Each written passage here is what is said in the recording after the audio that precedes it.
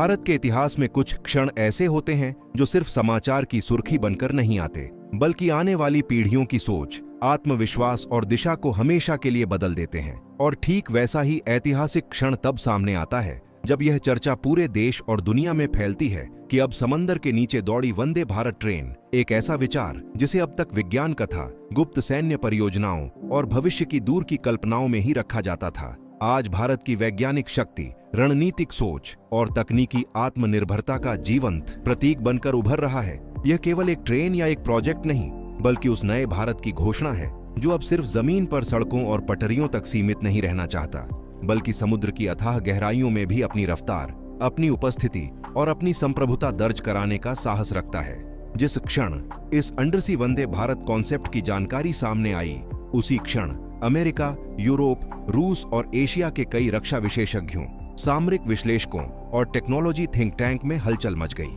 क्योंकि जिस स्तर की under water mobility, ultra high pressure resistance, magnetic stabilisation, advance traction system, sonar evasion technology और अल्ट्रा सिक्योर कम्युनिकेशन नेटवर्क की चर्चा हो रही है, वह आज तक दुनिया के केवल कुछ गिने चुने देशों की गोपनीय प्रयोगशालाओं तक ही सीमित मानी जाती थी। लेकिन भारत ने एक बार फिर यह स्पष्ट कर दिया कि वह अब केवल तकनीक का आयातक या अनुयायी नहीं, बल्कि उसे परिभाषित करने वाला, उसे नई दिशा देने वाला और भविष्य गढ़ने वाला राष्ट्र बन चुका है। इस पूरी कहानी के केंद्र में जिस संगठन का नाम सबसे अधिक सम्मान और गर्व के साथ लिया जा रहा है, वह है भारत का रक्षा अनुसंधान और विकास संगठन यानी DRDO,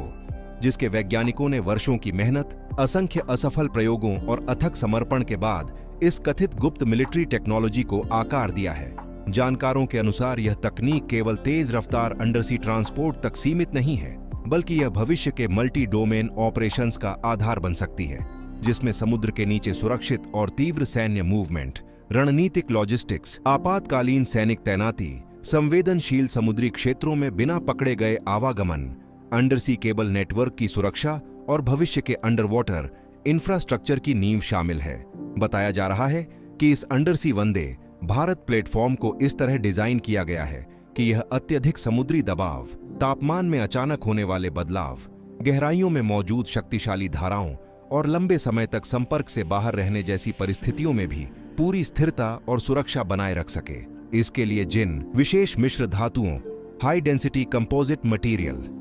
nano coating, hydrodynamic shell design और शॉक एब्जॉर्बिंग सिस्टम का उपयोग किया गया है, वे भारत की मटेरियल साइंस, मैकेनिकल इंजीनियरिंग और एडवांस मैन्युफैक्चरिंग में आई क्रांतिकारी प्रगति को दर्शाते हैं। यही कारण है कि इस परियोजना को वर्षों तक पूरी तरह गोपनीय रखा गया और इसके हर पहलू को समुद्री परीक्षणों, सिमुलेशन और कठोर सुरक्षा मानकों से गुजारा गया। इस खबर के सामने आते ही दुनिया भर में यह सवाल गूंजने लगा कि अगर भारत वास्तव में इस स्तर की अंडरसी हाई स्पीड क्षमता विकसित कर चुका है, तो इसका प्रभाव केवल परिवहन या तकनीकी उपलब्धि तक सीमित नहीं रहेगा, बल्कि यह वैश्विक सामरिक संतुलन को भी गहराई से प्रभावित करेगा, क्योंकि आने वाले दशकों में समुद्री डोमेन को ही रणनीतिक प्रतिस्पर्धा का सबसे बड़ा क्षेत्र माना जा रहा है, जहां अंडर वाटर सर्विलांस, लॉजिस्टिक्स और मोबिलिटी निर्णायक भूमिका निभाएंगे। और भारत का इस क्षेत्र में सशक्त होना कई देशों की रणनीतियों को दोबारा सोचने पर मजबूर कर सकता है। विशेषज्ञ यह भी मानते हैं कि भारत की यह टेक्नोलॉजी डुअल यूज मॉडल पर आधारित हो सकती है, यानी पहले इसे रक्षा और रणनीतिक आवश्यकताओं के लिए विकसित किया गया हो और भविष्य में इसे नागरिक उपयोग, अंडरसी कनेक्टिविटी, द्वीपों को मुख्य भूमि से जोड़ने, तेज व्यापारिक परिवहन और आपातकालीन राहत अभियानों में इस्तेमाल किया जा सके। अगर ऐसा होता है तो भारत दुनिया का पहला ऐसा देश बन सकता है जो जमीन पर हाईवे और रेलवे, आसमान में स्वदेशी विमान और अंतरिक्ष यान और समुद्र के नीचे हाई स्पीड ट्रांसपोर्ट नेटवर्क, तीनों क्षेत्रों में स्वदेशी और आत्मनिर्भर सिस्टम स्थापित करने की दिशा में निर्णायक बढ़त हासिल कर ले। यह पूरी कहानी उस बदलते भारत की तस्वीर पेश करती है जहां वैज्ञानिक केवल प्रयोगशालाओं में सीमित लोग नहीं, बल्कि राष्ट्र निर्माण के सच्चे नायक हैं, जहां इंजीनियरिंग केवल नौकरी नहीं बल्कि मिशन है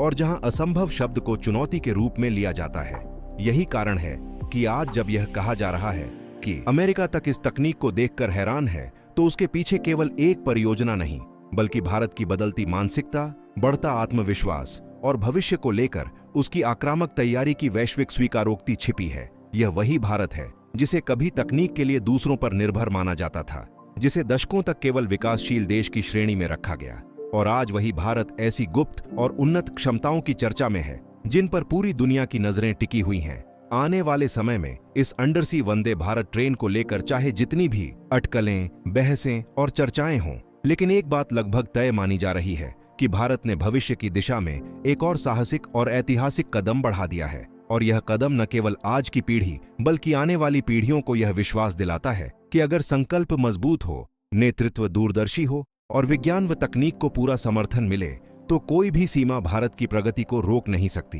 अगर आपको भी भारत की इस अभूतपूर्व तकनीकी उड़ान पर गर्व महसूस होता है, अगर आप भी मानते हैं कि भारत अब केवल अनुयायी नहीं बल्कि विश्व को दिशा दिखाने वाला राष्ट्र बनने की ओर बढ़ रहा है, तो अभी चैनल को सब्सक्राइब करें, वीडियो को लाइक करें, कमेंट में अपनी राय जरूर लिखें और बताएं कि आप इस अंडरसी वंदे भारत तकनीक और भारत के भविष्य को किस ऊंचाई पर देखते हैं, क्योंकि आपकी एक आवाज, एक समर्थन और एक विश्वास भी इस नए भारत की महान यात्रा का हिस्सा है। जय हिंद।